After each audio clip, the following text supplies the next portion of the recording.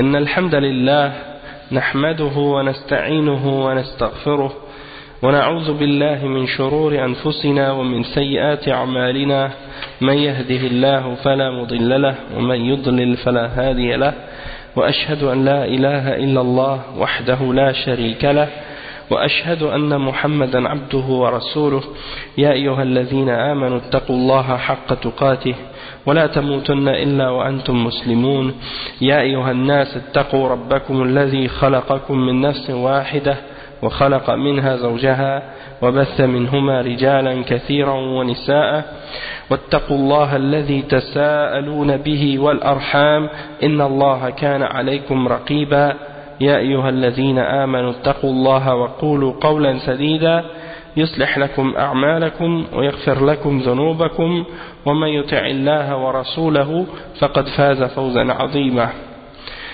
أما بعد وإن خير الكلام كلام الله وخير الهدي هدي محمد صلى الله عليه وسلم وإن شر الأمور محدثاتها وكل محدثة بدعة وكل بدعة ضلالة وكل ضلالة في النار أما بعد. Donc aujourd'hui on commence le cours 29 dans l'explication des fondements de la salafiyya. Et donc on était en train de parler des sururiyya.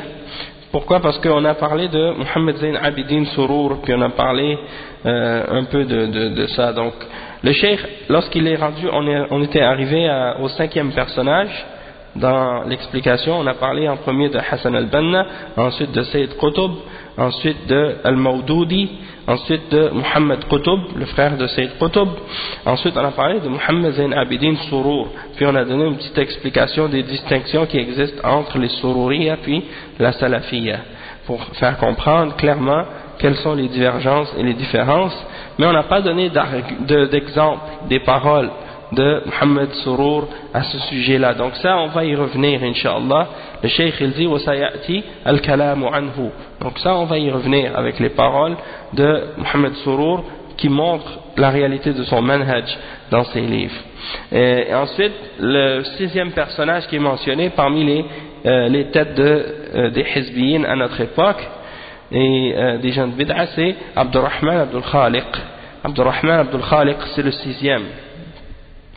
Et Abdurrahman Abdul Khaliq, c'est un homme d'origine égyptienne et il a étudié à l'université de Médine et il faisait partie des premiers qui ont étudié dans cette université là, et même que Cheikh Rabi' ibn Hadi al-Madkhali dit à son sujet qu'il était un de ses compagnons de classe. Donc il était un de ses compagnons de classe parmi les gens qui ont étudié avec lui.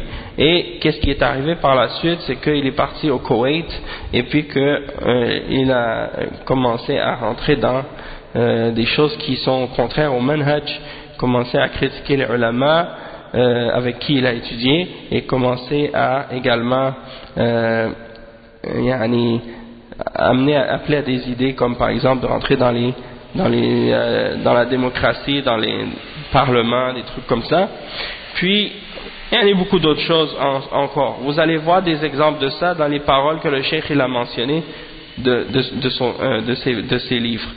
Il قال في كتاب خطوط رئيسية لبعث الأمة الإسلامية صفحة 72 إن دولنا العربية والإسلامية بوجه عام لا ظل للشريعة بها إلا في بعض ما يسمى بالأحوال الشخصية. Donc ça c'est un exemple de parole de Abdurrahman Abdul Khaliq.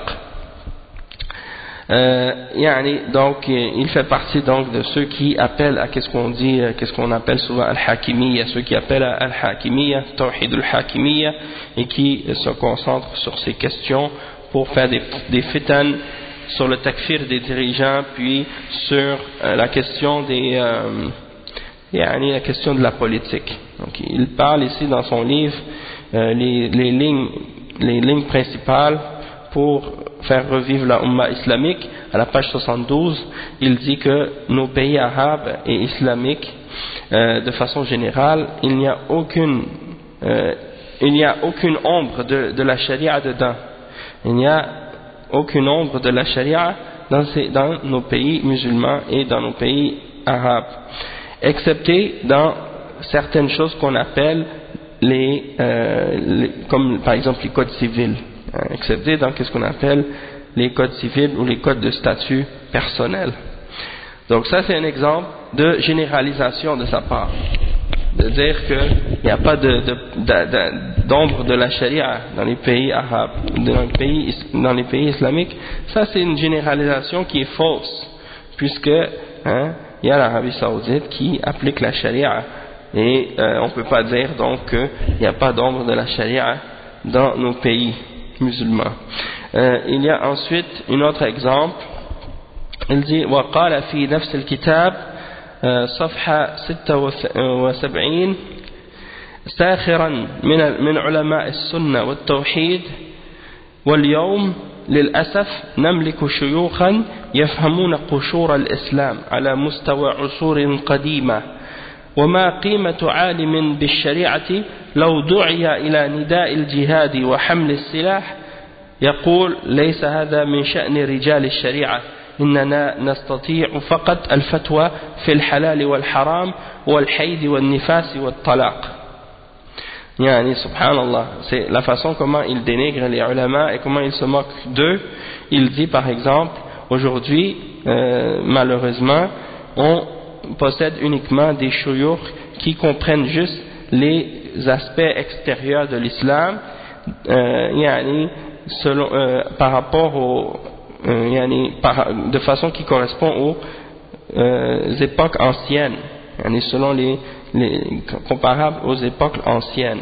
Il dit à quoi sert un savant qui a étudié la charia, que si on l'appelle au djihad ou à porter des armes, il va dire ça fait pas partie des affaires des hommes de la charia.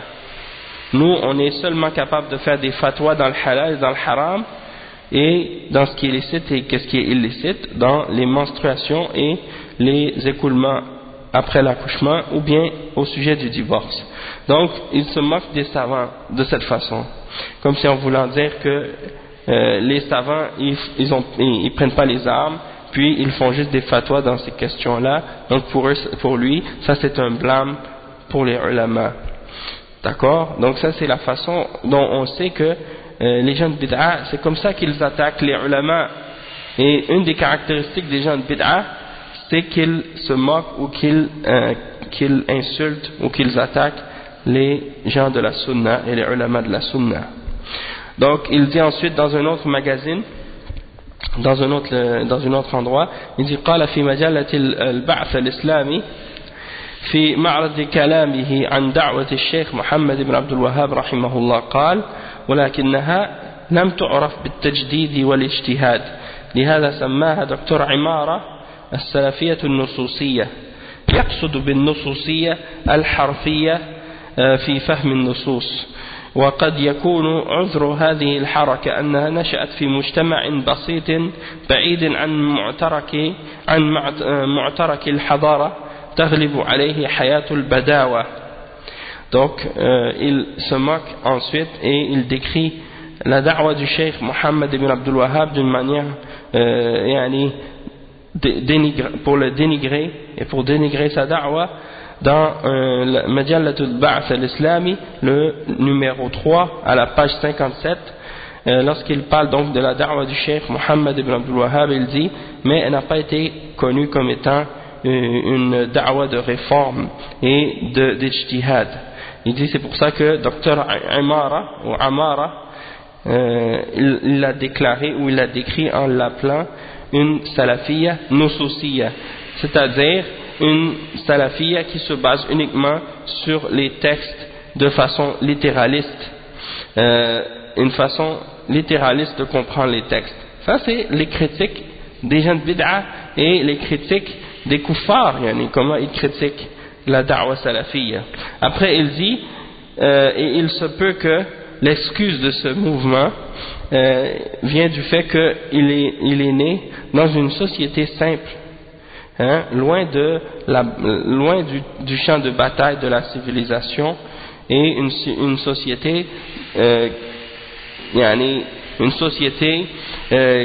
qui est axée plus sur la vie de style comme les bédouins, en voulant dire que c'est la vie des Bédouins qui a le dessus sur cette société-là. En parlant de la société du Cheikh Mohammed ibn Abdul Wahhab, en voulant dire qu'il est né dans une société, les gens là-bas c'est des Bédouins, donc ils sont loin de la civilisation, donc en voulant dire leur da'wa c'est plus axé sur les textes que sur autre chose. Yani, c'est une façon de critiquer la salafiyya un peu à la méthode des gens de bid'a et des kuffars. Ensuite, il y a un autre personnage qui est mentionné, c'est le personnage 8. En fait, c'est pas le 8, parce qu'il mentionne les numéros par citation. Donc 6 et 7 c'était Abdurrahman Abdul Khaliq. Ensuite, le numéro 8, l'exemple numéro 8, c'est les paroles de Oussama bin Laden et Ayman al-Zawahiri. Ayman al-Zawahiri et Oussama bin Laden, ils sont connus les deux, c'est les deux chefs de Al-Qaïda, la secte des Khawarij, et il dit à leur sujet, Oussama bin Laden, mimman ta'athara bi fikri Ayman al-Zawahiri.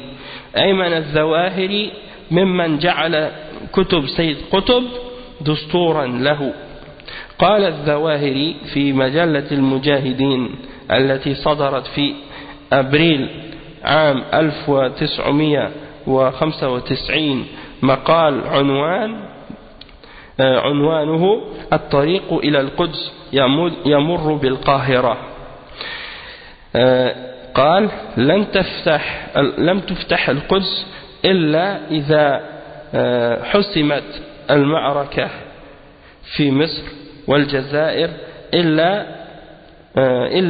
فتحت القاهرة إلا إذا فتحت القاهرة. لن تفتح القدس إلا إذا حسمت المعركة في مصر والجزائر إلا إذا فتحت القاهرة. نعم. Donc le cheikh il dit que Oussama bin Laden fait partie des gens qui ont été influencés par les idéologies ou l'idée de Ayman al-Zawahiri. Ayman al-Zawahiri fait partie des gens qui ont suivi les Ikhwan en Égypte. Et lorsque Sayyid Qutb était emprisonné, lui il était aussi emprisonné avec Sayyid Qutb. Hein? Oui, il est vieux, il n'est pas jeune. Et c'est un médecin à la base. C'est un médecin, il a étudié la médecine.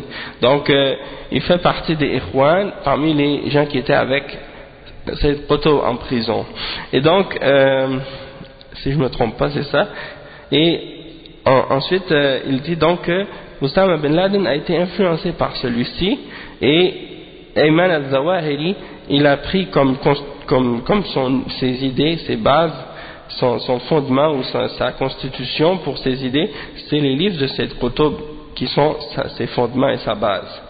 Et dans un magazine qui s'intitule Al-Mujahidun ou Al-Mujahidin, qui a été publié en avril 1995, il dit dans un article qui s'intitule La voie vers Al-Quds passe par le Caire, la voie vers Al-Quds passe par le Caire. Il dit qu'on ne va pas être capable de prendre le Quds, excepté si les combats en Égypte et en Algérie sont réglés, et puis excepté si on a pris la ville du Caire, en voulant dire qu'on a pris l'Égypte. Yani, subhanallah. Et ensuite il dit وأما أسامة بن لادن فقد تأثر بالظواهري. يقول منتصر الزيات محامي بما يسمى بالإسلاميين في مصر، كما نشرت جريدة الشرق الأوسط عدد 923 يوم الأحد نقلا عن كتابه الطريق إلى الجنة. واستطاع الزواهري أن يحدث تحولات جذرية واستراتيجية في فكر أسامة بن لادن بعدما التقيا معا في أفغانستان منتصف عام 1988 وشيخ أسامة الأول هو محمد سرور وهو شيخه الفكري وشيخه العلمي والعملي هو الظواهري. وكلام العلماء في التحذير من أسامة بن لادن أشهر من أن يذكر. Donc le cheikh il explique ensuite que Osama bin Laden il a été influencé par al-Zawahiri comme on l'a dit tout à l'heure, et Muntasir al-Zayyat qui était l'avocat des islamistes, il dit dans un article de journal qui a été publié dans Sharq al-Awsat, le numéro 923, c'était la date du 8 février 2004. Il citait de son livre At-Tariq ila al-Jannah, le chemin vers le paradis, que Al-Zawahiri il a été capable de faire des changements dans les fondements des idées de Ben Laden et dans la stratégie des changements dans les racines et des changements stratégiques dans la pensée de Osama bin Laden après l'avoir rencontré en Afghanistan au milieu de l'année 1988. Wa alaykum assalam wa rahmatullahi wa barakatuh. Donc il dit que c'est à ce moment-là qu'il a réussi à vraiment changer beaucoup d'idées de Osama bin Laden dans sa stratégie puis dans ses fondements et ses idées. Ensuite il explique que le premier cheikh de Osama bin Laden c'était Mohammed Surur.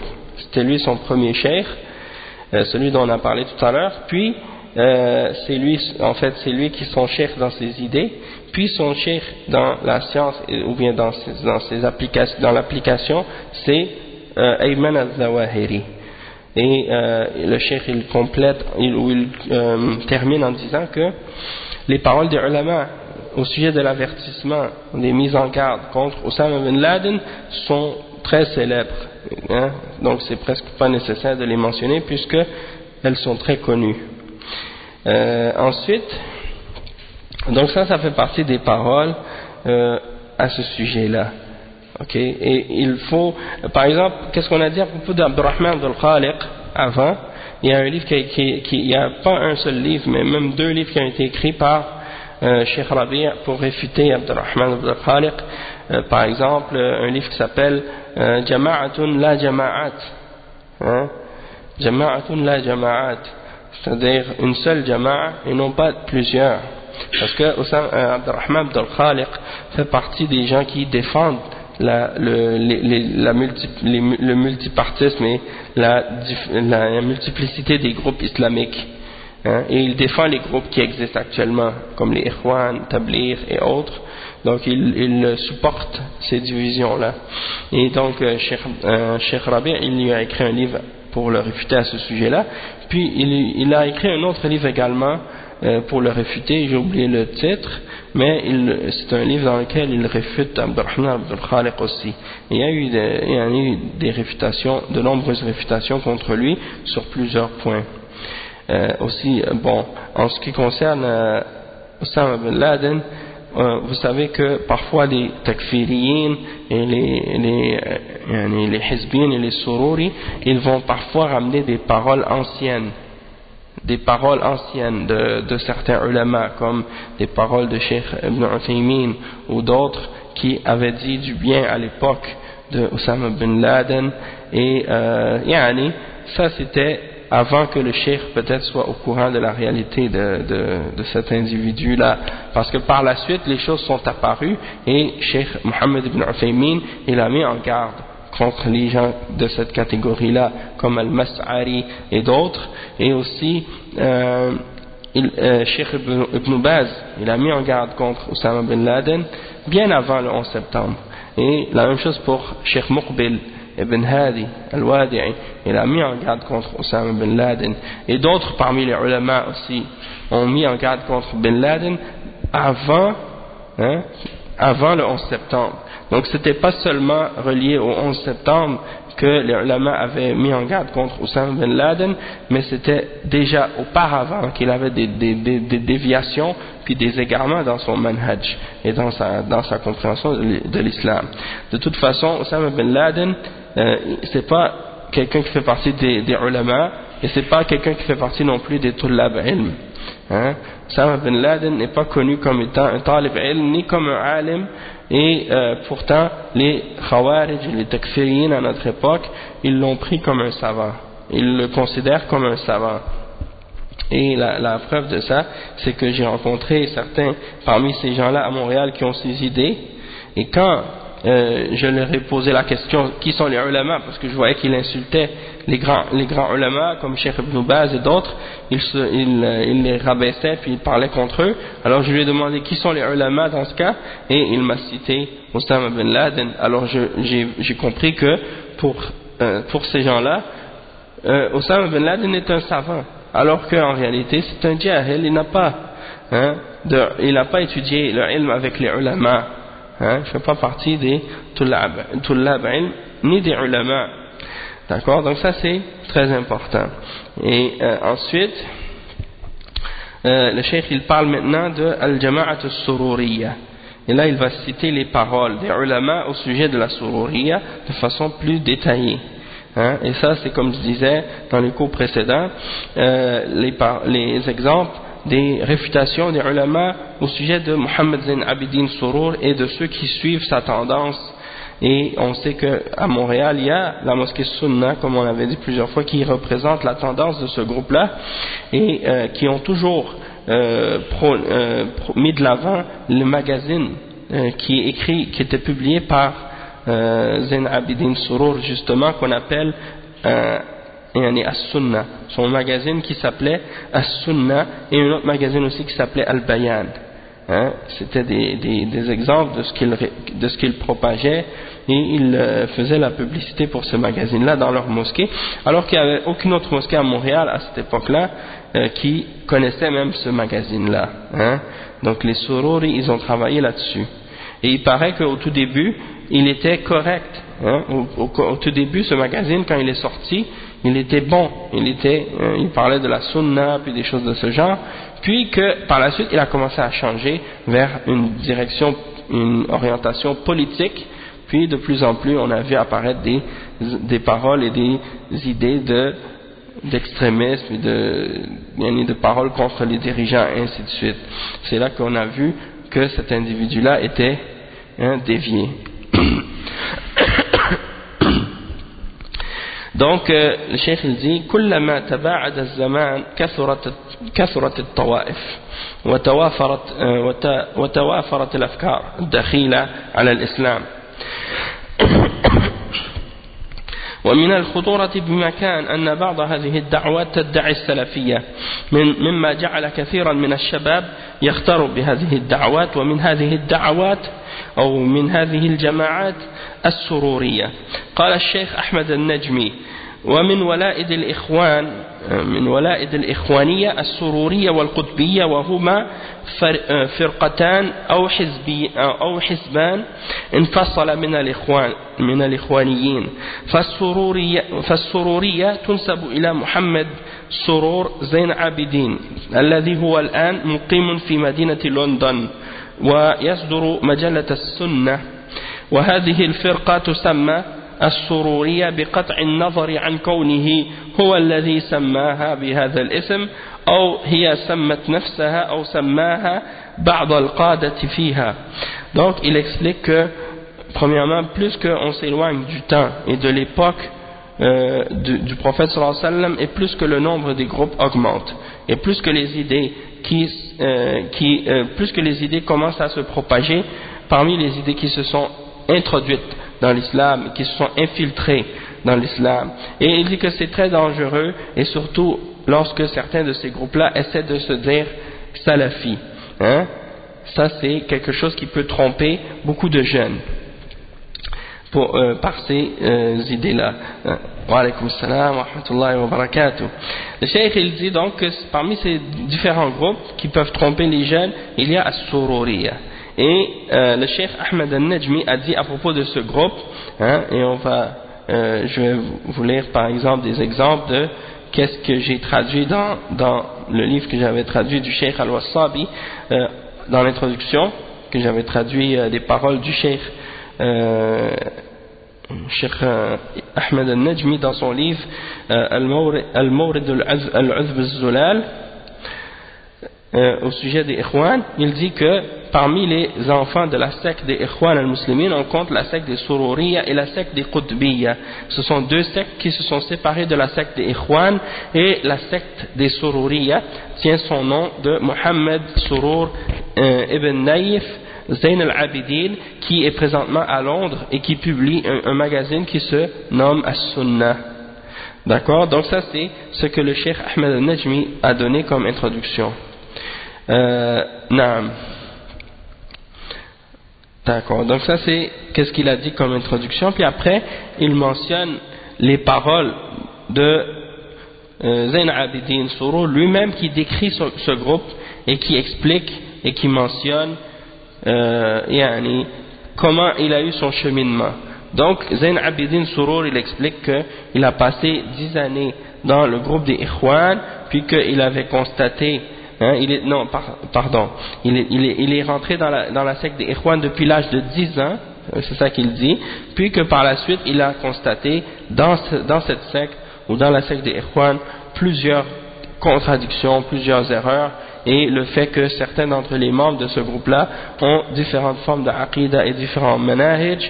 Donc il a vu les erreurs dans ce groupe-là, et puis il a décidé de le quitter, et il a fait par la suite son propre groupe. Il a donné à ce groupe-là le nom de Ahlus Sunnati wal Jama'a. Toutefois, comme le Cheikh Ahmed al-Najmi le mentionne, qu'il a dans ses idées, dans ses paroles, beaucoup de choses qui sont en contradiction avec Ahlus Sunnati wal Jama'a. Parmi les exemples que le Cheikh il mentionne ici, il dit ثم قال الشيخ أحمد النجمي حفظه الله إن السرورية وليدة الإخوانية تحذو حذوها في سب الحكام ولعنهم وإن ادعى مؤسسها أنه على المنهج السلفي إلا أن واقع السرورية الذي علمنا خلاف ذلك ولست أقطع بأن هذه الجماعة تابعة له إلا أن الاسم لا يدل على مسمى أو إلا أن الاسم لا يدل على المسمى فما كان سب الحكام والمسلمين ولعنهم من منهج السلف الصالح وإنما منهج الخوارج والخطورة تمكن في هذا المنهج أن صاحب هذه الدعوة يدعي السلفية ويتبرأ من العقائد والأحزاب المبتدعة ولكنه خالف منهج السلف بعدة أمور منها فكره التكفيري حيث تقرأ في مجلته السنة الكثير من العبارات التي فيها تكفير لحكام المسلمين وتنقص من علماء الأمة الربانيين. Donc le cheikh il dit que la Sururiya, donc ça vient de la secte des Ikhwan, c'est une des branches qui a découlé des Ikhwan, puis on les reconnaît dans le sens qu'ils suivent la même voie qu'eux, puisqu'ils insultent les hukam et ils les maudissent.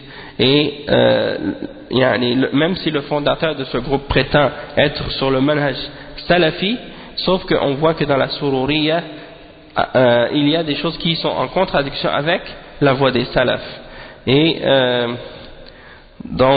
il dit لست أقطع بأن هذه الجماعة تابعة له إلا أن الاسم لا يدل على المسمى. Donc il dit je ne vais pas dire de façon certaine que ce groupe est vraiment relié avec les Ikhwan directement, sauf que le nom qu'ils prétendent, le nom qu'ils se donnent n'indique pas la réalité de ce qu'ils suivent. C'est-à-dire qu'ils se prétendent salafis, mais ils n'ont rien à voir avec la voie des salafs, parce que l'insulte des dirigeants et l'insulte des musulmans ne fait pas partie du manhaj des salaf as-salih, c'est uniquement le manhaj des khawarij. Ensuite il dit, le danger dans ce manhaj en particulier, c'est de façon plus particulière du fait qu'ils se prétendent salafis et ils se désavoue des fausses croyances et des faux groupes de bid'ah, alors qu'ils contredisent le manhaj des salafs sur plusieurs points. Et parmi ces points-là, le cheikh il commence par mentionner les idées, c'est-à-dire le takfir qui est fait par ce groupe. Il dit du fait que si tu regardes dans son magazine qui s'appelle As-Sunnah, dont on a parlé tout à l'heure, tu vas trouver beaucoup d'expressions et beaucoup de paroles qui mentionnent, qui montrent qu'il fait le takfir des dirigeants et qu'il dénigre et qu'il rabaisse les ulama de la Ummah. Donc il mentionne des exemples de ça. Il dit وفي العدد الثالث والعشرين من ذي الحجة قال وصنف آخر يأخذون بمواقف أسيادهم فإذا استعان السادة بالأمريكان انبر العبيد إلى حشد الأدلة التي تجيز هذا العمل ويقيمون النكير على كل من خالفهم. وإذا اختلف السادة مع إيران الرافضة تذكر العبيد خبث الرافضة وإذا انتهى الخلاف سكت العبيد وتوقفوا عن توزيع الكتب التي أعطيت لهم. هذا الصنف من الناس يكذبون ويتجسسون ويكتبون التقارير وعليكم السلام ورحمة الله ويفعلون كل شيء يطلبه السادة منهم وهؤلاء قلة والحمد لله ودخلاء على الدعوة والعمل الإسلامي وأوراقهم مكشوفة وإن أطالوا لحاهم وقصروا ثيابهم زعموا بأنهم حماة السنة. يا إخواننا لا تغرنكم هذه المظاهر فهذه المشيخة صنعها الظالمون ومهمة فضيلة الشيخ لا تختلف عن مهمة كبار رجال الأمن الله المستعان. Donc ça c'est un exemple de citation tirée d'un des magazines de As-Sunnah de Mohamed Sourour. Et je vais vous lire la traduction que j'avais faite de ce passage justement dans la traduction du livre que j'avais fait à ce sujet-là. On avait traduit cette partie-là. Et ça fait partie des paroles graves qu'il dit. Donc qu'est-ce qu'il dit dans ce magazine? C'est le magazine numéro 23. Magazine As-Sunnah numéro 23 à la page 29 et 30 sous le titre les aides officielles. Il dit une autre catégorie prennent sans gêne et ils rattachent leur position à celle de leurs dirigeants. Si leurs dirigeants cherchent l'aide des Américains, l'esclave se met à rassembler les preuves qui permettent cela. Regardez, il parle des savants, il les appelle l'esclave. Il appelle les savants esclaves. Ils disent si leurs dirigeants cherchent l'aide des Américains, l'esclave se met à rassembler les preuves qui permettent cela et se mettent à dénoncer celui qui les contredit. Et si le dirigeant a un conflit avec l'Iran qui prône la croyance des Shia et la secte des Rafidah, l'esclave se souvient alors de ce que les Rafidah ont de croyances des Shia l'esclave se souvient alors de ce que les Rafidah ont de mauvais et l'égarement de leur manhaj, ainsi que leur animosité pour les gens de la Sunna. Puis lorsque le conflit est terminé, l'esclave se tait et il cesse de distribuer les livres qu'on leur a donnés. C'est une catégorie de gens ils mentent et espionnent. Ils écrivent des rapports et font tout ce que les dirigeants leur ordonnent. Puis plus loin il dit ô mes frères, ne vous laissez pas tromper par ses apparences. Cette position de son éminence, le cheikh, est fabriquée par les injustes et la tâche du grand cheikh n'est pas différente de celle des grands hommes des services de sécurité. Donc, vous voyez comment il compare les ulama à des agents de sécurité, comme si des services de sécurité, puis comme si en voulant dire que ce sont des espions qui espionnent et qui écrivent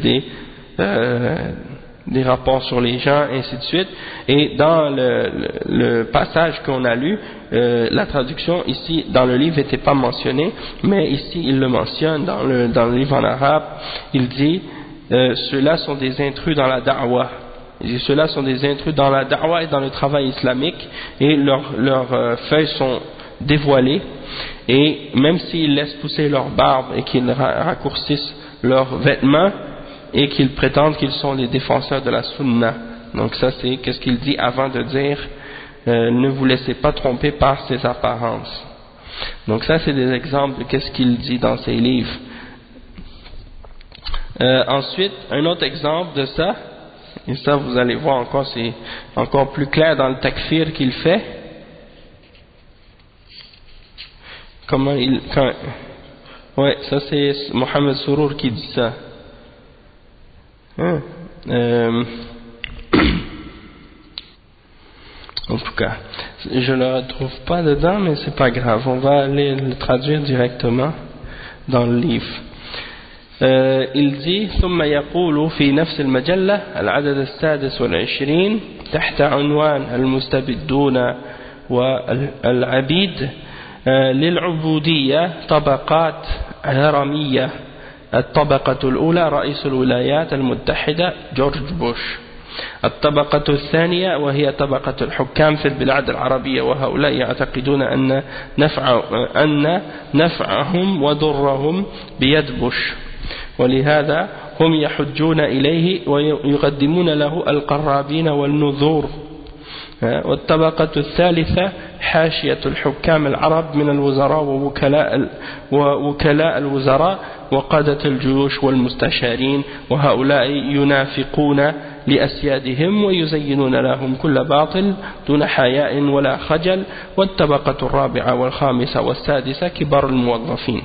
انظروا إلى الأفكار التي انتهى كلامه.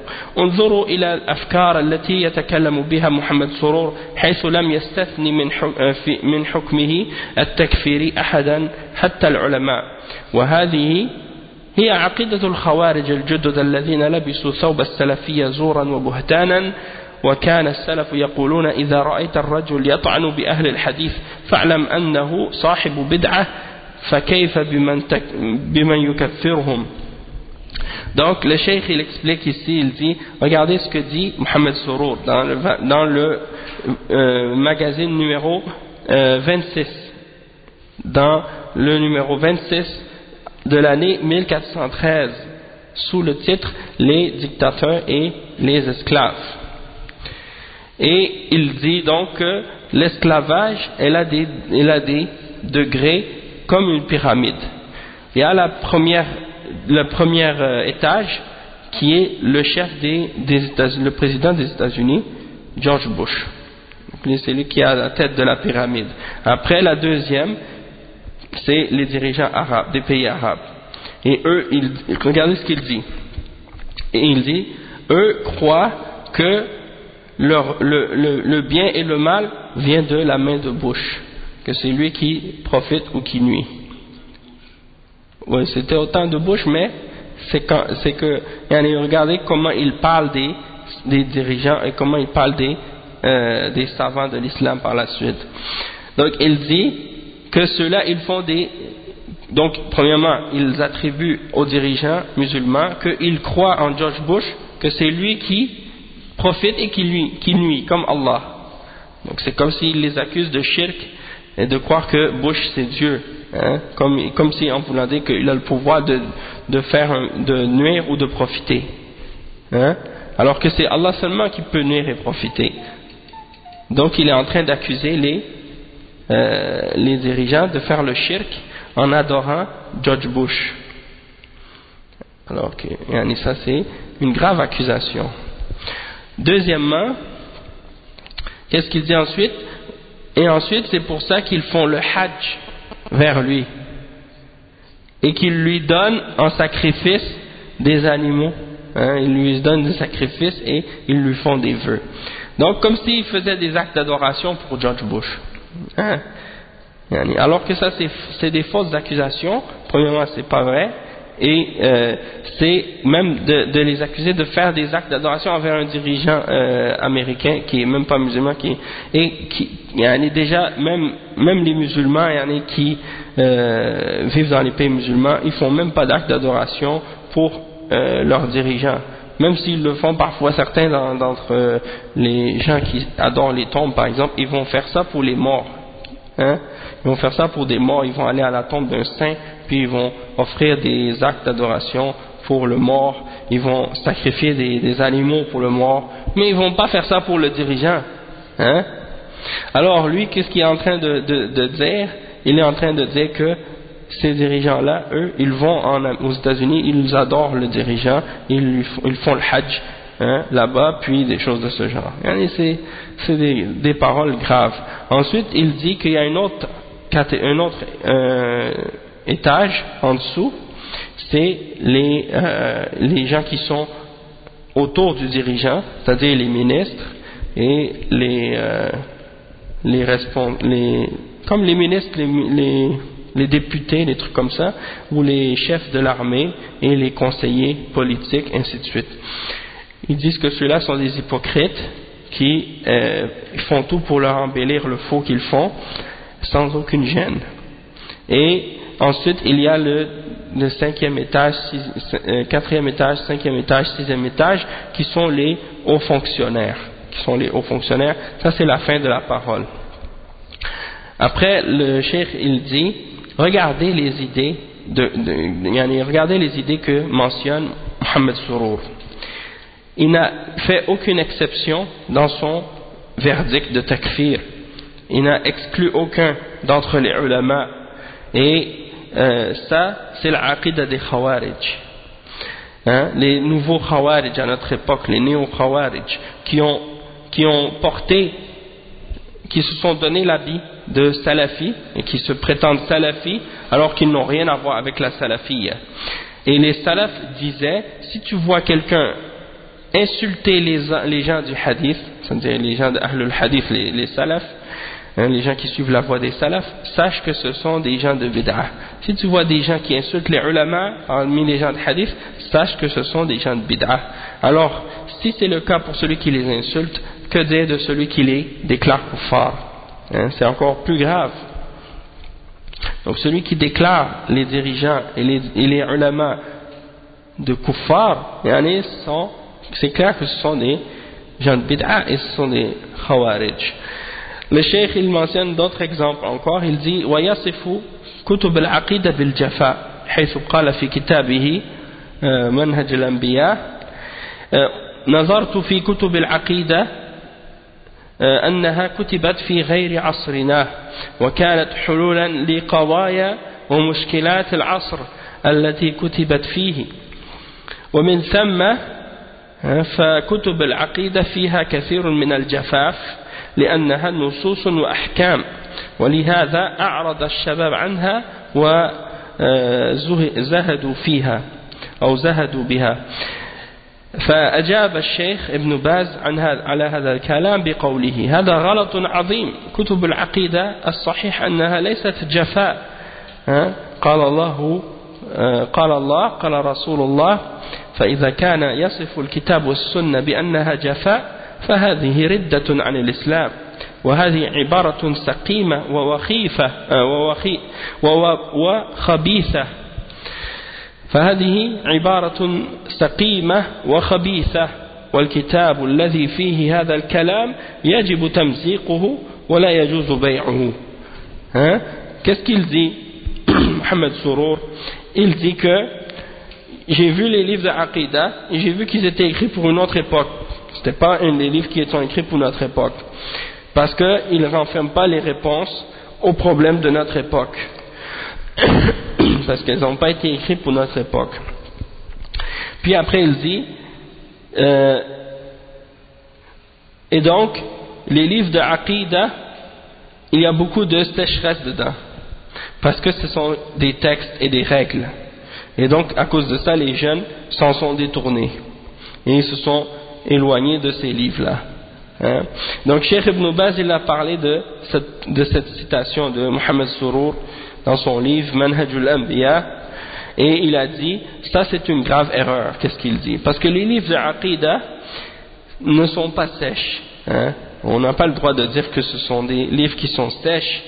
Et que Allah subhanahu wa ta'ala a dit, quand tu lis dans les livres de Aqidah, tu vas trouver quoi? Tu vas trouver Allah a dit, le messager a dit. Donc si tu décris le Coran et la Sunna en disant que ça c'est sèche, parce qu'il y a des textes de la révélation dedans, qu'il y a des règles dedans, ça c'est une apostasie. Ça veut dire que tu as quitté l'islam. Hein? Et donc c'est une expression vraiment malade et sale et laide. Et donc il dit, quelqu'un qui dit ça, c'est une expression qui est mauvaise et laide et sale. Et donc il dit, le Coran dans lequel cette parole a été écrite doit être déchiré. Il n'est pas permis de le vendre. La parole dans laquelle cette parole a été écrite, le livre dans lequel cette parole a été écrite, il faut qu'il soit déchiré et il n'est pas permis de le vendre. Et le Cheikh Al-Fawzan, il a dit à propos de cette parole, وقال الشيخ الفوزان في نقد هذا الكلام لماذا نستورد أفكارنا من الخارج من محمد سرور أو غيره. كتب العقيدة آفتها عند محمد سرور أنها نصوص وأحكام فيها قال الله وقال رسوله، وهو يريد أفكار فلان وفلان لا يريد نصوصا وأحكاما، فعليكم أن تحذروا من هذه الدسائس الباطلة التي يراد بها حرف شبابنا عن كتب السلف الصالح. فإذا كان القرآن جافا والسنة جافة وكلام أهل العلم المعتبرين فيه جفاف فهذا من عمي البصيرة، والعقيدة لا تؤخذ إلا من الكتاب والسنة لا من فكر فلان وعلان. Donc il mentionne les paroles de Cheikh Al-Fawzan dans son livre Al-Adribatu Al-Mufida عن المناهج الجديدة. Il dit que Cheikh Al-Fawzan a dit à propos de la parole de Mohamed Surur, pourquoi on ramène des idées de l'extérieur comme les idées de Mohamed Surur et autres. Et les livres de Aqidah pour Mohamed Surur, leur problème c'est qu'il y a des textes et des règles dedans, parce qu'on retrouve on retrouve dedans Allah a dit et le messager a dit. C'est ça qui est le problème pour lui dans ces livres là. Donc qu'est-ce qu'il veut? Il veut lui des livres dans lesquels on retrouve les idées d'un tel et d'un tel. Il veut pas des textes, il veut pas des textes de la révélation, il veut pas des règles de la charia dedans. Donc prenez garde à ces idées fausses qui sont infiltrées dans votre société, par lesquelles on veut égarer les jeunes des livres des salaf as-salih. Parce que le Coran, si le Coran on dit qu'il est sèche, et on dit de la sunna qu'elle est sèche, et que la parole des ulama qui sont reconnus sont des paroles sèches, alors ça veut dire que ça fait partie de l'aveuglement.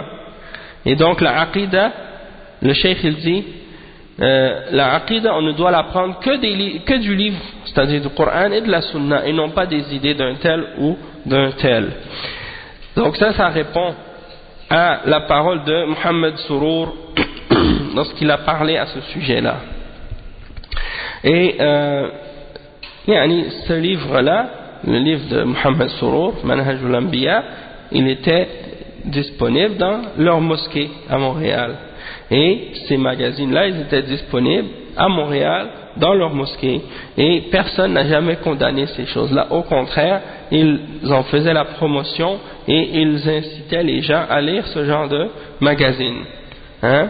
Donc ça c'est pour dire que ces gens-là ils n'ont aucun respect. Et comme la chose qui est vraiment étonnante, comme je voulais vous dire tout à l'heure à propos de ces gens-là, c'est qu'ils prétendent, ils disent qu'ils critiquent les dirigeants pour des choses qu'ils font qui ne sont pas correctes ou qui sont contraires avec l'islam, et parfois ce ne sont pas des affaires qui sont kufr, mais eux ils les font devenir kufr, ou bien des fois ce sont parfois certaines choses que certains d'entre les dirigeants ont fait, mais pas de façon générale, et c'est pas tous les dirigeants qui ont fait ça, eux ils généralisent.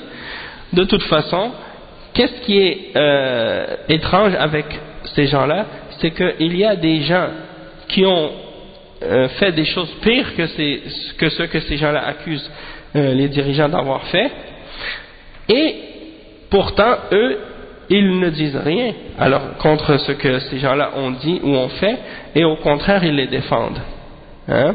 Comme par exemple, il y a certains du'at, certaines personnes qui sont connues comme étant des du'at, hein, qui ont des paroles ou des croyances ou des actions qui sont en contradiction avec les fondements de la aqida et de l'islam, et eux ils n'ont rien dit à leur sujet dans ces choses-là, et pourtant quand c'est des dirigeants ils les déclarent kuffar.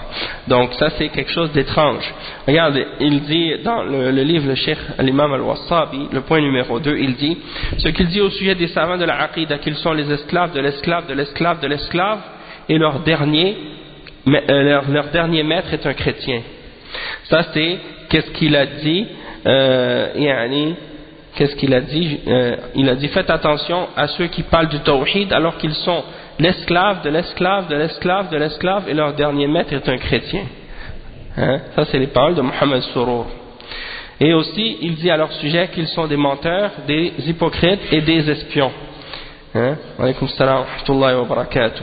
Il dit également sa glorification de Hassan al-Turabi, la glorification de Mohammed Surur quand il a glorifié Hassan al-Turabi. Hassan al-Turabi c'est un islamiste parmi les Ikhwan au Soudan, et il est sorti de la Sorbonne, il a étudié à la Sorbonne en France. C'est un homme égaré et écrasé sous le poids des réfutations et brûlé au vif par les foudres des savants de la Sunna à travers le monde, parce que dans des livres qu'il a écrits il a opposé la Sunna et la Salafiyya, et donc il s'est fait réfuter par tous les savants dans le monde entier, hein? Parmi les idées qu'il a qui sont en opposition avec le Coran et la Sunna, il est de l'opinion que la pensée islamique doit évoluer et qu'il faut renouveler la pensée islamique, un peu comme Tariq Ramadan, hein, qui appelle à la réformation de la pensée islamique et des fondements de usul al-fiqh. Le point numéro 2, son insulte de Adam et de Ibrahim. Donc dans ses livres il insulte Adam et Ibrahim alayhim salam. Sa croyance que le messager n'était pas infaillible dans les informations qu'il donnait au sujet des affaires de la dunya, dont les choses reliées à la médecine. Dans son livre As-Sarim al-Masloul fi al-Radd ala al-Turabi wa Shatim al-Rasul, à la page 7, il y a les explications à ce sujet-là. 4. Il nie la descente de Isa à la fin des temps, dans son livre Dirasat fi Sira al-Nabawiyya. Et également donc à ce sujet-là vous allez voir, je vais vous mentionner d'autres exemples, comme par exemple qu'est-ce que Turabi a dit lorsqu'il a fait un discours aux délégations, parce que Hassan al-Turabi quand il était au pouvoir au Soudan, il a organisé une grande convention ou un séminaire pour réunir toutes les religions. Il appelle à l'unification de toutes les religions au Soudan. En 93 si je ne me trompe pas, ouais, dans les années 90, ouais, c'est ça, dans les années 90, parce qu'ici c'est marqué le 29 avril 1993, ils ont marqué ça dans le journal. Et parmi les choses qu'il a dit dans cette convention-là, dans l'article, il a dit, on peut lire que At-Turabi a mis beaucoup de confiance en les savants de la religion chrétienne et islamique, et les a invités à jouer un rôle actif dans le but de sauver l'humanité pour ancrer les valeurs de la paix et d'offrir aux différents peuples la tranquillité. Il a insisté sur le fait que le monde actuel se dirige vers l'unification des religions sous toutes ses formes, et c'est un message qui doit être livré de la meilleure façon. Le docteur At-Turabi a clarifié que cette convention pouvait jouer un rôle actif et influent dans l'unification des idées pour faire une unification entre toutes les religions sur une base humaniste dans le but d'amener le bonheur à l'humanité. Tout le monde sait très bien que l'unification des religions c'est une croyance de kufr. Et le Cheikh Ahmed al-Najmi a commenté sur ce passage en disant c'est en réalité pour amener le malheur et l'égarement à l'humanité. Celui parmi les musulmans qui croit que l'unification des religions sous toutes ses formes est la voie du bonheur est kafir, et son sang et ses biens sont halal, hein? Il doit être ordonné de se repentir et s'il refuse, il sera exécuté, car il a démenti le verset dans lequel Allah dit « Et quiconque désire une religion autre que l'islam ne sera point agréé, et il sera dans l'au-delà parmi les perdants. » Surat Al-Imran, le verset 85. Donc comment quelqu'un qui prétend être de Ahl Sunnati wal Jama'a et qui critique des dirigeants et qui attaque les dirigeants, comme le font les Khawarij, par la suite commence à défendre des gens comme At-Turabi, il défend des gens comme Hassan At-Turabi dans son magazine. Ensuite, il dit, donc, il dit, regarde, le cheikh Mohammed ibn Abdul Wahhab al-Wassabi, il dit, ils le prennent pour un allié, car Surur le mentionne dans son sale magazine, qu'il nomme injustement As-Sunnah dans le numéro 23, juste après avoir attaqué les savants de la Aqidah et les savants du Tawhid. La page directement après, il dit, la défense de At-Turabi, le Da'ya, le grand savant islamique. Subhanallah, les balances sont à l'envers pour beaucoup de gens. Où est la justice, où est l'honnêteté? Les savants de la Aqidah et les savants du Tawhid sont les esclaves de l'esclave, c'est-à-dire ce sont des mushrikoun, qu'ils sont des mushrikoun, des munafiqoun, des menteurs et des espions. Et sur l'autre page, il défend le criminel, le mécréant, Hassan At-Turabi, et vous savez qu'il fait partie de la croyance de Ahl Sunnati wal Jama'a de croire que celui qui refuse d'admettre la mécréance du mécréant, qui est initialement mécréant, il est donc lui-même mécréant. Et lui, il dit qu'il n'est pas permis de dire du juif qu'il est kafir, et qu'il n'est pas permis de dire du chrétien qu'il est kafir. Donc Hassan At-Turabi, il dit que c'est pas permis de dire du juif et du chrétien qu'il est kafir, et pourtant Mohammed Surur le défend. Donc ça fait partie des exemples. Quoi d'autre encore? Un autre exemple. Leur glorification de celui qui se moque du hijab islamique et qui dit que c'est une tente. Regardez cette parole sale qui est une parole de kufr, comme l'a dit le comité permanent de l'Arabie Saoudite dans une réponse sur ce sujet. On a questionné le comité permanent au sujet de celui qui se moque du hijab de la femme musulmane et qui dit à son sujet que c'est une tente. Aujourd'hui, il y en a qui disent que c'est une tente, il y en a qui disent qui se moquent de la femme voilée, et ils disent que c'est comme Batman, et qui disent d'autres mots comme ça. Le cheikh, il dit, le verset suivant, il a dit que le comité a répondu en disant que c'est kufr, et il a mentionné le verset comme preuve, et si tu les interrogeais, ils diraient très certainement, vraiment, nous ne faisons que bavarder et jouer. Dis, est-ce que c'est d'Allah, de ces versets, le Coran et de son messager que vous vous moquiez? Ne vous excusez pas, vous avez bel et bien rejeté la foi après avoir cru. Le verset 65-66 dans Surat Tawbah. Et ils ont mentionné le hadith d'Abdullah ibn Omar à ce sujet, qui est rapporté par l'imam Ibn Abi Hatim dans son tafsir. Un homme a dit durant la bataille de Tabouk, je n'ai jamais vu plus menteur, plus peureux lors de la rencontre de l'ennemi et plus gourmand que nos savants. Un des hommes parmi eux dit, par Allah, je vais vous informer, je vais informer le messager d'Allah de ce que tu as dit. Sallallahu alayhi wa sallam. Ibn Omar dit, l'homme alla voir le messager d'Allah et l'informa. Allah révéla donc ce verset. Et l'homme qui a dit la mauvaise parole est venu et il s'agrippa à la monture du messager sallallahu alayhi wa sallam et dit, ô messager d'Allah, je jure par Allah que je ne faisais que bavarder et m'amuser. Le messager d'Allah sallallahu alayhi wa sallam dit, est-ce d'Allah, de ces versets et de son messager que vous vous moquiez? Ne vous excusez pas, vous avez bel et bien rejeté la foi après avoir cru.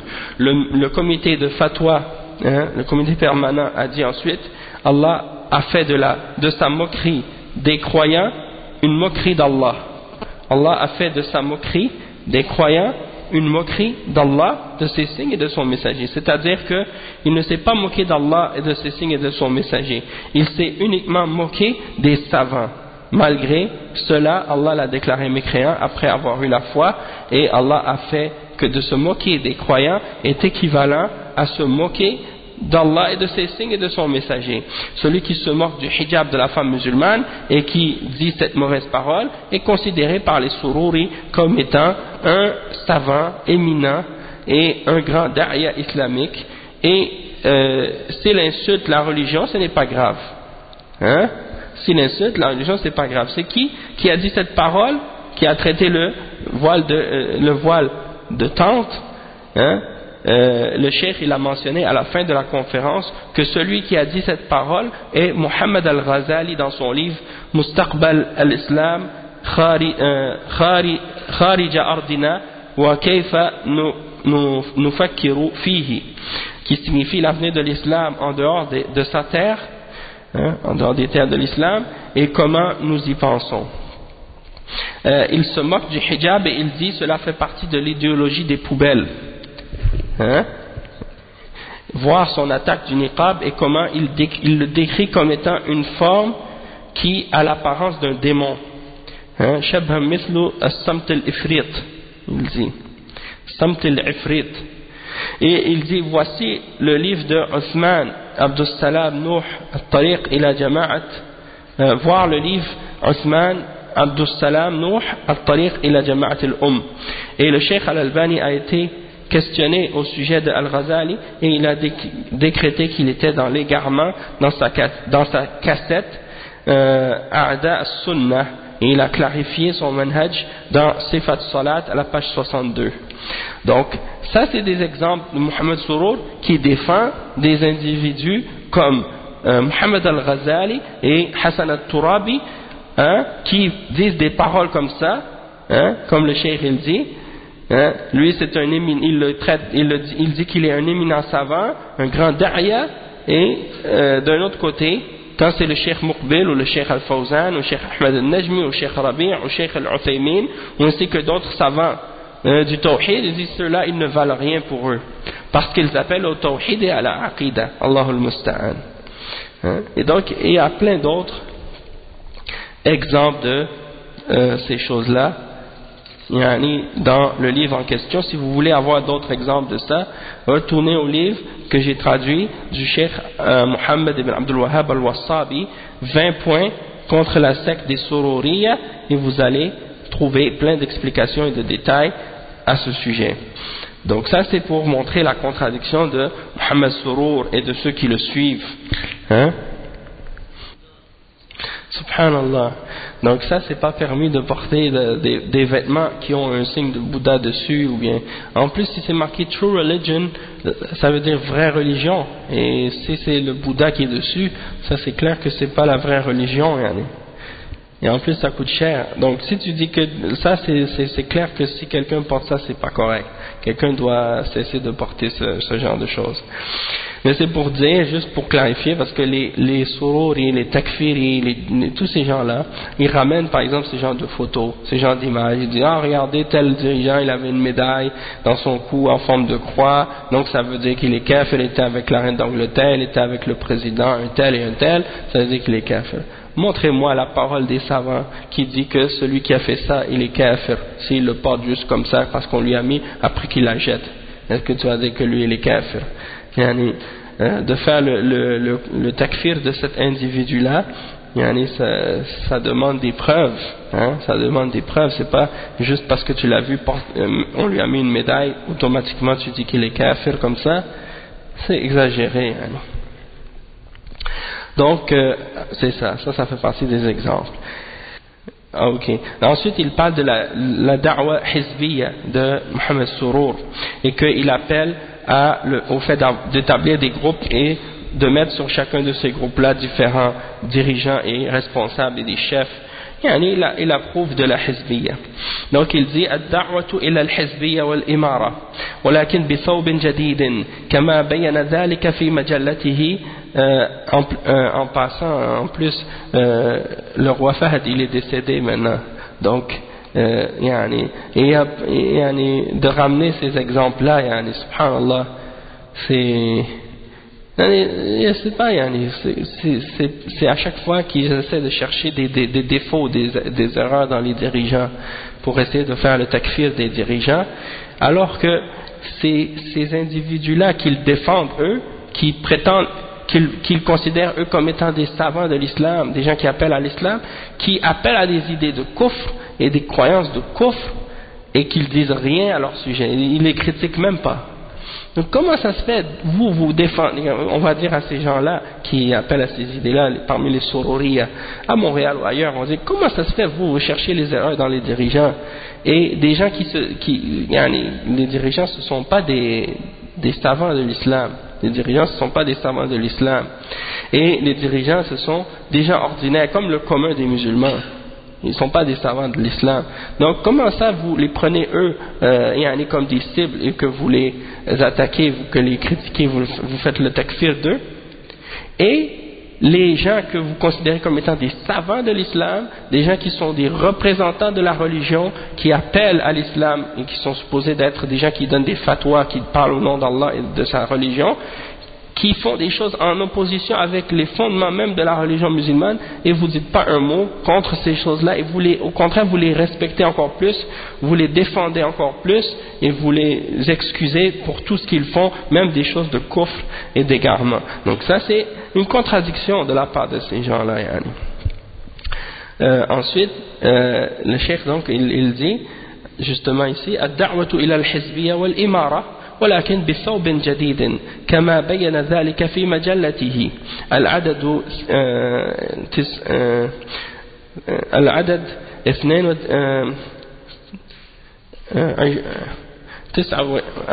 29 تحت مقال الوحدة الإسلامية.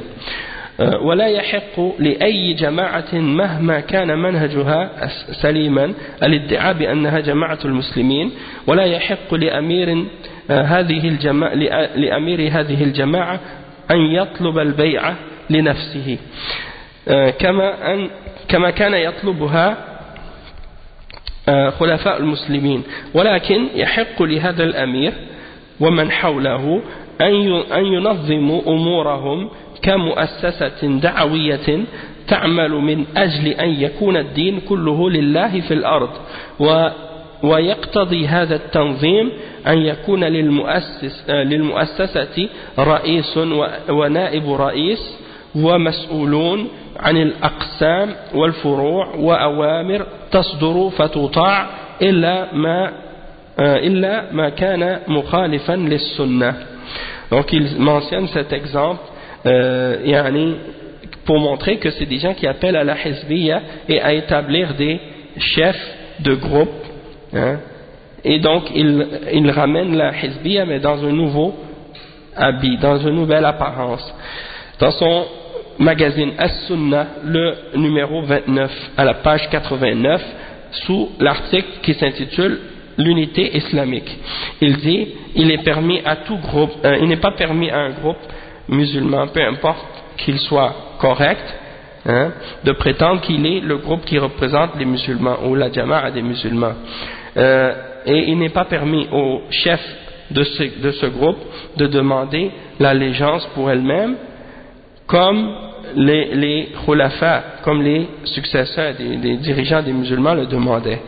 Mais il a le droit, le chef de ce groupe a le droit, ainsi que ceux qui sont autour de lui, d'organiser les affaires comme une organisation ou bien comme une société, une organisation de da'wah qui travaille dans le but d'établir la religion pour qu'elle soit tout entière pour Allah sur la terre, et cela implique que cette organisation possède un chef et comment on dit, naib raïs, un vice-président, que cette organisation ait un chef comme un président ou un vice-président ou un responsable de différentes sections et de différentes branches qui vont donner des ordres et qui sont obéis, excepté si elles sont en contradiction avec la sunna. Donc ça c'est une façon d'établir une forme de hizbiyya en contradiction avec le Coran et la sunna, sous une nouvelle apparence. Et donc c'est ça qu'ils font eux. Et en plus, al-sururiya, ils ont qu'est-ce qu'on appelle as-sirriya. Ils ont qu'est-ce qu'on appelle as-sirriya, c'est-à-dire qu'ils font leurs associations et leurs groupes de façon secrète. Donc ils ont des allégeances secrètes et une bay'a secrète. C'est-à-dire qu'ils n'appellent pas tout le monde à faire partie du groupe. Ils appellent seulement certaines personnes en particulier pour faire partie du groupe et ils leur donnent des ordres. Ils donnent des ordres à ceux qui sont membres et donc toi tu peux être avec ces gens-là, tu ne le sais pas, mais eux ils font partie du groupe et ils ont des ordres de leur chef qu'ils doivent obéir. Et c'est pour ça que tu vas remarquer que certains d'entre ces gens-là ils s'obstinent des fois à faire des choses et toi tu te demandes mais pourquoi ils s'obstinent à faire ces choses-là alors que c'est des choses qui ne sont pas en accord avec la sunna, mais on dirait qu'ils se sont tous mis d'accord pour que ça soit comme ça que ça doit être fait. La raison pourquoi, c'est parce qu'ils ont des ordres qui viennent d'en haut et ils doivent obéir à ces ordres-là et donc ils se mettent tous d'accord pour le faire. Et des fois, ces gens-là sont reliés entre eux, mais toi tu ne sais pas, et donc tu dis, mais comment ça se fait? Lui il est d'accord, lui il est d'accord, lui il est d'accord, ils ne sont pas ensemble nécessairement, mais ils sont d'accord sur ces idées-là qui sont contraires à la sunna. Eh bien, c'est parce que souvent, ces gens-là, ils ont des allégeances entre eux, qui sont des allégeances secrètes. C'est comme le cheikh ici, il a mentionné, Cheikh Ahmed al-Najmi, parmi les points qu'il a mentionnés, parmi les critiques qu'il a fait à cette secte, et il a mentionné, la première chose, c'est le secret, as-sirriya, le secret et la cachotterie dans leur da'wa. Et il dit que le secret et la cachotterie dans leur da'wa est inutile ici car le pays est musulman et supporte et aide la da'wa et donne des salaires à ceux qui travaillent dans la da'wa. La société musulmane supporte et soutient toute invitation à la réforme, alors pourquoi faire les choses en secret, excepté parce qu'ils appellent à autre chose qu'à l'apprentissage des règles de la charia dans leur da'wa et qu'ils veulent se camoufler jusqu'à ce qu'ils atteignent leurs objectifs. Donc, qu'est-ce qu'ils font? C'est ça. Ils font des da'was en secret pour justement se permettre de propager leurs idées entre eux. Puis par la suite, lorsqu'ils ont l'occasion d'arriver au pouvoir ou de faire ce qu'ils veulent, eh bien là, ils dévoilent leur réalité. Donc, c'est des gens qui travaillent en sourdine, en secrète. Ensuite, il dit Al-Qutbiyya. Ça c'est un autre nom pour ce groupe-là, on les appelle les Qutbiyoun. Al-Qutbiyoun, c'est les gens qui sont influencés par les idées de Sayyid Qutb. Et le cheikh il dit dans les paroles de Cheikh Ahmed al-Najmi fi kitabihi al-Mawrid al-Uzb al-Zulal, وهم قوم درسوا كتب سيد قطب وتابعوه في كل ما قاله واعتقده بل وعظموه كل التعظيم مما جعلهم يتخذون كل ما قاله في كتبه حقا وصوابا وإن خالف الأدلة وباين منهج السلف.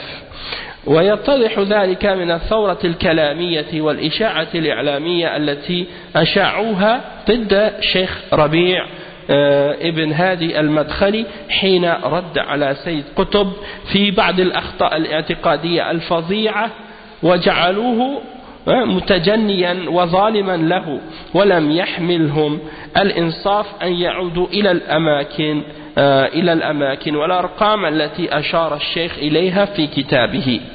Donc le cheikh ici, Cheikh Ahmed al-Najmi, il mentionne Al-Qutbiyoun, qui ils sont, et il dit à leur sujet justement qu'est-ce que j'ai traduit dans l'introduction du livre Les 20 points contre la secte des Sururiya.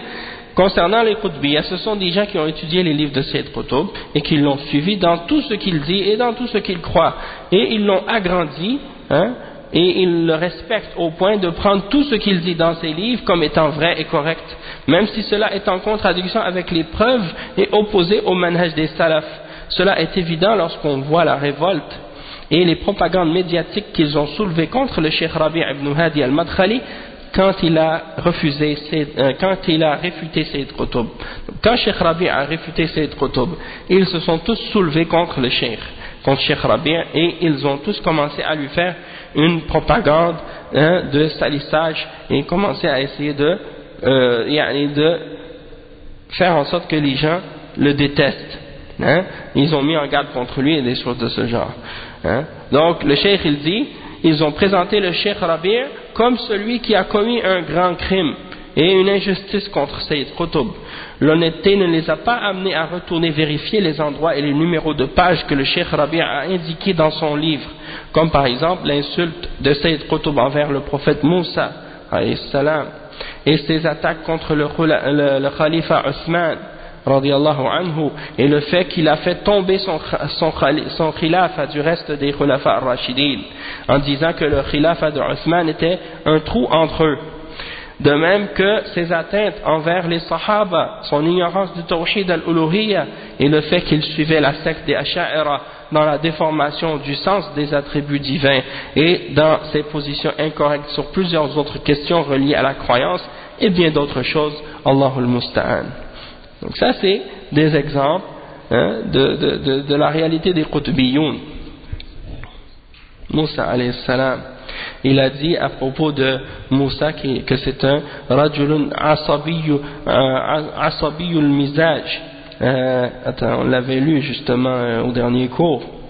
Et il a dit هذا مثال للزعيم المندفع العصبي المزاج, que c'est un homme au tempérament nerveux et impulsif, comme pardon. Non, c'était pas par rapport au fait qu'il avait tué un homme, c'est à la page 200 de son livre At-Taswir al-Fanni fi al-Qur'an. Donc ça doit pas être à cause de ça, mais sinon tu peux retourner pour voir, ou bien on ramènera la citation complète du livre à ce sujet-là. Qu'est-ce qu'on a mentionné au sujet de qu'est-ce qu'il a dit au sujet de Muawiyah et de Amr. Il les a insultés, il les a accusés de mensonges, de tricherie, de trahison, d'hypocrisie, de corruption et de toute autre sorte d'égarement de ce genre. Oui, c'est ça, comme on a dit tout à l'heure. Donc le cheikh il dit وقال الشيخ ربيع ابن هادي المدخلي في مقال نشره بعنوان سيد قطب هو مصدر تكفير المجتمعات ومن أشد الحركات والأحزاب التي تدعي الإصلاح وأشدها نكاية على. Le problème en fait avec ces gens-là, c'est que non seulement Sayyid Qutb c'est pas un savant de l'islam, et que c'est juste un journaliste, ils l'ont pris et ils l'ont mis à la catégorie des savants comparables à Cheikh Ibn Taymiyyah. Et c'est même pas un savant d'islam, ils l'ont élevé au niveau des savants. Quand ils parlent de lui, ils mentionnent Ibn Taymiyyah, ils mentionnent l'imam Ahmad, l'imam Ibn Taymiyyah, après ça ils vont mentionner Cheikh Mohammed Ibn Abdul Wahhab, après ils mentionnent Sayyid Qutb. Des choses comme ça c'est pas possible. Qardawi, mais ouais, pour eux c'est à notre époque, mais c'est incroyable de penser même que quelqu'un qui est dans toutes ces bid'a, tous ces égarements qu'il avait, de penser même qu'il pourrait être une référence pour les musulmans de Ahlus Sunnati wal Jama'a.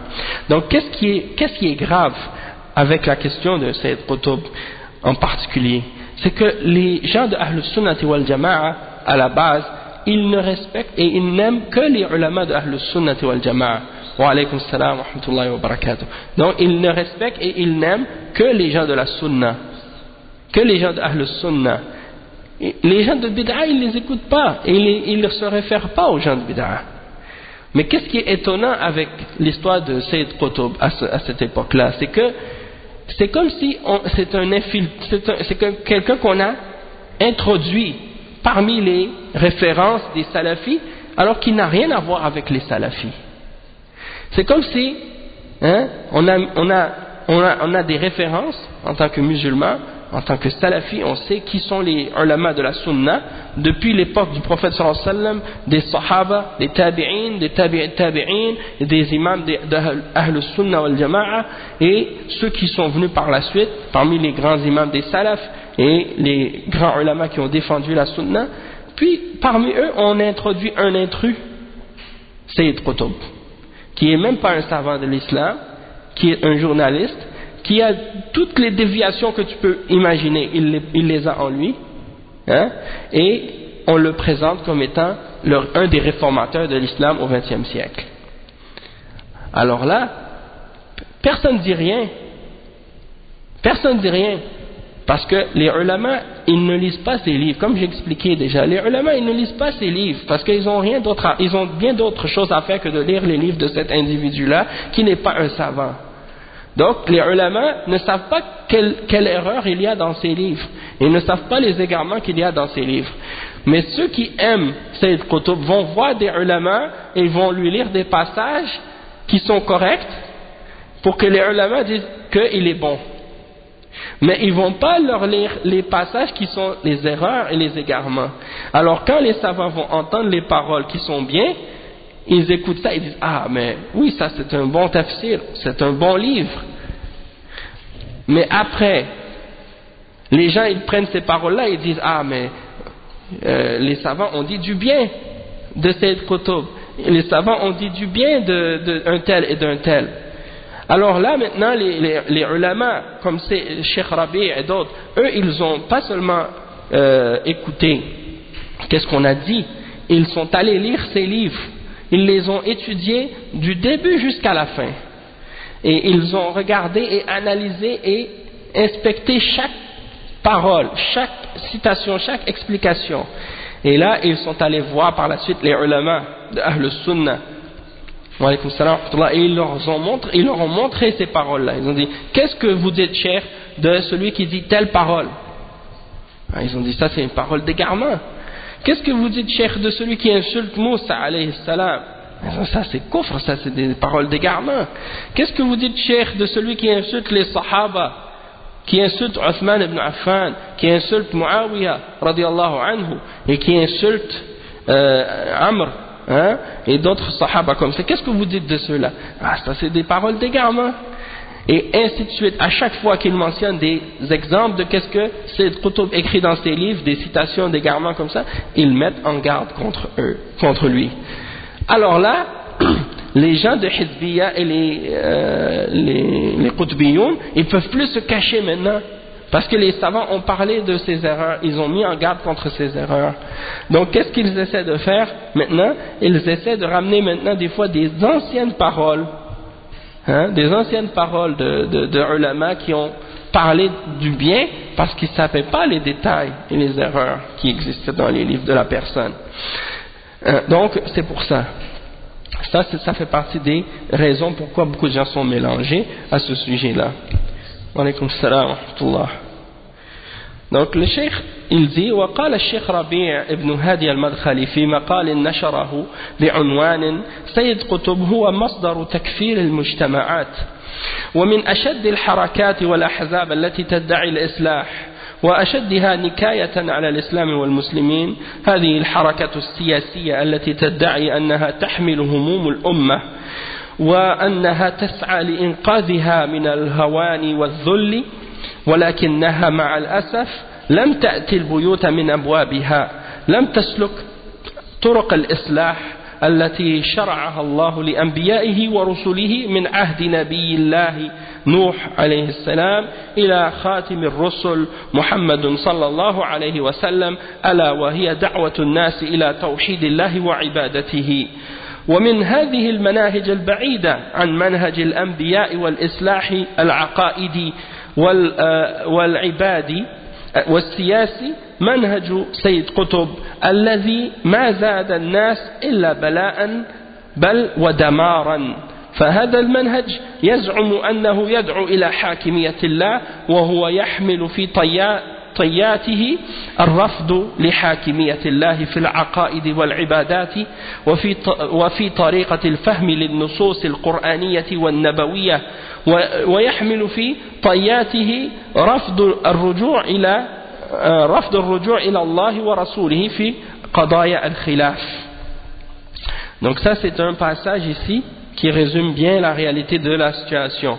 Cheikh Rabi', donc il dit dans une parole un article qu'il a écrit qui s'intitule Sayyid Qutb et l'origine du takfir des sociétés musulmanes, parce que les idées de takfir qui ont été propagées à notre époque, elles ont comme origine et comme source les livres de Sayyid Qutb. C'est de ces livres à lui que ces idées-là se sont propagées. Le takfir des sociétés musulmanes aujourd'hui. Donc il dit que parmi les mouvements et les groupes et les partis qui prétendent appeler à la réforme, et qui prétendent vouloir défendre l'islam et défendre l'intérêt des musulmans et les faire revenir de leur situation, c'est-à-dire les faire sortir de leur situation d'humiliation à notre époque, et alors qu'ils sont en réalité ceux qui font partie de ceux qui font le plus de tort à l'islam et aux musulmans, il y a ces groupes politiques qui sont apparus à notre époque. Wa alaykum salam wa rahmatullah, qui prétendent vouloir aider l'islam et sauver les musulmans de l'humiliation, alors qu'en réalité ils n'ont pas rentré par la porte, ils n'ont pas rentré par la porte, c'est-à-dire ils n'ont pas suivi la méthode correcte pour arriver à cet objectif-là, puisqu'ils n'ont pas suivi la méthode des messagers d'Allah et des envoyés d'Allah alayhimus salatu wassalam, dans la façon de faire la réforme. Depuis l'exemple du prophète Nuh alayhi salam jusqu'au dernier d'entre les messagers, le prophète Muhammad sallallahu alayhi wa sallam, qui ont tous commencé leur réforme et leur da'wah par le tawhid, par le fait d'appeler les gens à l'unicité d'Allah subhanahu wa ta'ala et à son adoration.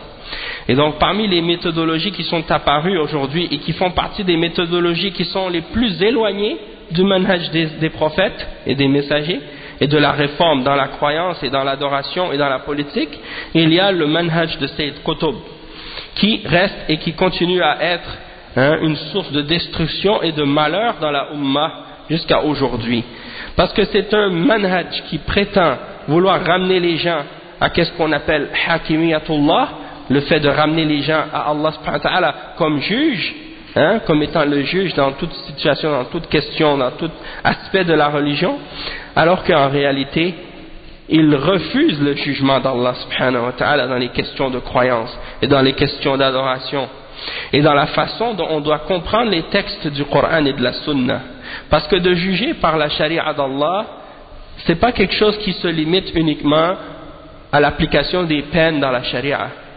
De juger par la révélation d'Allah, ça s'applique à la croyance islamique en premier, c'est-à-dire que on doit juger selon le Coran et la Sunna pour distinguer qu'est-ce qui est vrai et qu'est-ce qui est faux parmi les différentes croyances qui sont propagées parmi les musulmans chez les différentes sectes qui se disent islamiques aujourd'hui, que ce soit les croyances et les innovations des soufiyas, ou bien les croyances et les applications des khawarij, ou les croyances et les pratiques des asha'ira et des autres groupes. Si tu juges pas selon le Coran et la Sunna dans ces questions de croyance, alors quelle charia d'Allah tu as appliqué dans ce cas-là? Donc l'application de la charia et de juger par la charia, c'est pas seulement dans les questions de peine et de jugement, dans les questions de dispute entre deux personnes, mais c'est premièrement dans la aqidah, et de faire en sorte que la aqidah qu'on suit soit basée sur ce que Allah subhanahu wa ta'ala a révélé dans le Coran et le prophète sallallahu alayhi wa sallam dans la Sunna.